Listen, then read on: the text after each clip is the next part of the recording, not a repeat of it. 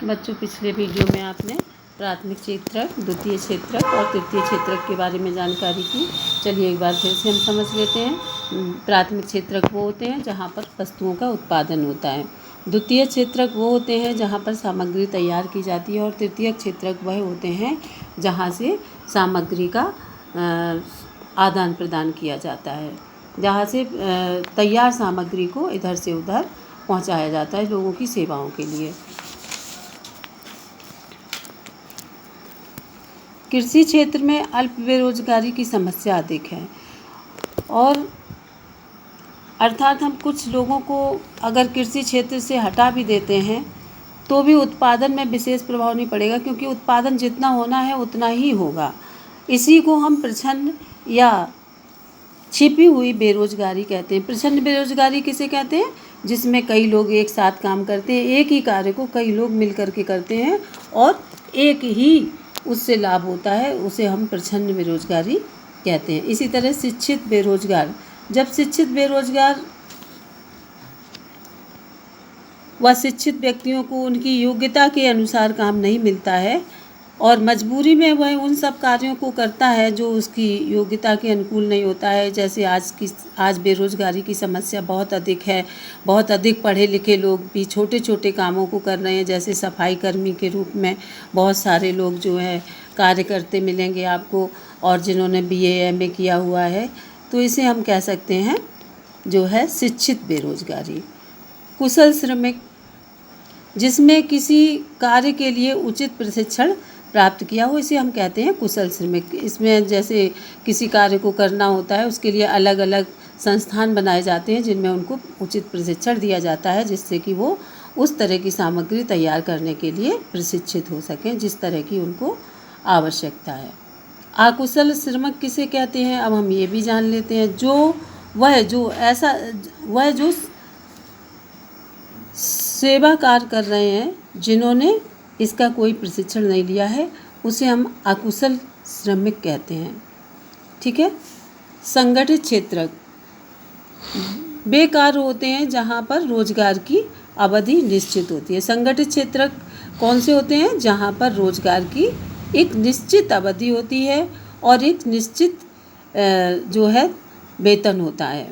ये सरकार द्वारा पंजीकृत या रजिस्टर्ड होते हैं तथा सरकार द्वारा निर्धारित नियमों का पालन करते हैं।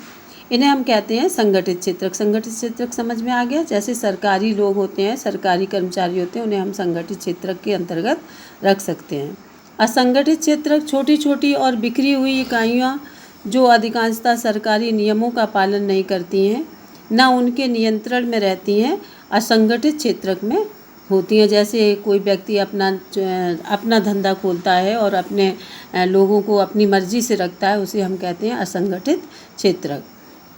दोहरी गणना की समस्या, अब हमारे सामने आती है दोहरी गणना की समस्या। ये समस्या तब उत्पन्न होती है जब राष्ट्रीय आय की गणना के लिए सभी उत्पादों के उत्पादन मूल्य को जोड़ा जाता है, क्योंकि इसमें कच्चे माल का मूल्य भी जुड़ जाता है। अतः समाधान के लिए केवल अंतिम उत्पाद के मूल्य की गणना ही की जानी चाहिए।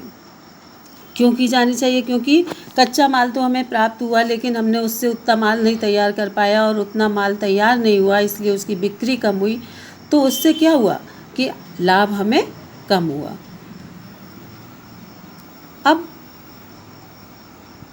असंगठित क्षेत्रक कौन से हैं? भूमिहीन किसान, कृषि श्रमिक, छोटे सीमांत किसान, काश्तकार, जो है बटाईदार, शिल्पी आदि, ये सब जो है किस में आते हैं? असंगठित क्षेत्रक में। अभी हमने बात की थी कि कोई अपना छोटा उद्योग भी खोल लेता है, वो भी असंगठित क्षेत्रक में आते हैं। शहरी क्षेत्रों में औद्योगिक श्रमिक, निर्माण श्रमिक, व्यापार व परिवहन में कार्यरत कबाड़ व बोझा ढोने वाले लोगों को संरक्षण की आवश्यकता होती है।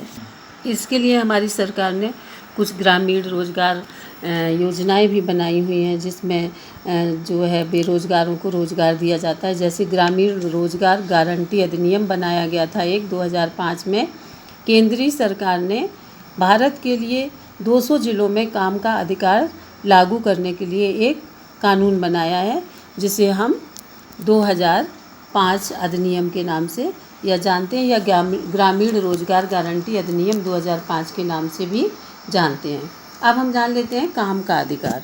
काम का अधिकार क्या होता है? सक्षम व ज़रूरतमंद बेरोजगार ग्रामीण लोगों को प्रत्येक वर्ष 100 दिन के रोजगार की गारंटी सरकार के द्वारा असफल रहने पर बेरोजगारी भत्ता दिया जाएगा। ये इस अधिनियम के अंतर्गत कहा गया था कि यदि उनको 100 दिन का काम नहीं मिलता है तो सरकार उनको बेरोजगारी भत्ता देगी। ठीक है बच्चों, तो आपने अभी जान लिया कि प्राथमिक, द्वितीयक और तृतीयक क्षेत्रक कौन कौन से हैं और कैसे प्राथमिक क्षेत्रक वाले लोग कार्य करते हैं, द्वितीयक क्षेत्रक वाले कैसे कार्य करते हैं और तृतीयक क्षेत्रक वाले लोग कैसे कार्य करते हैं, और सबसे अधिक कार्य किस क्षेत्र में लोग करते हैं। ठीक है।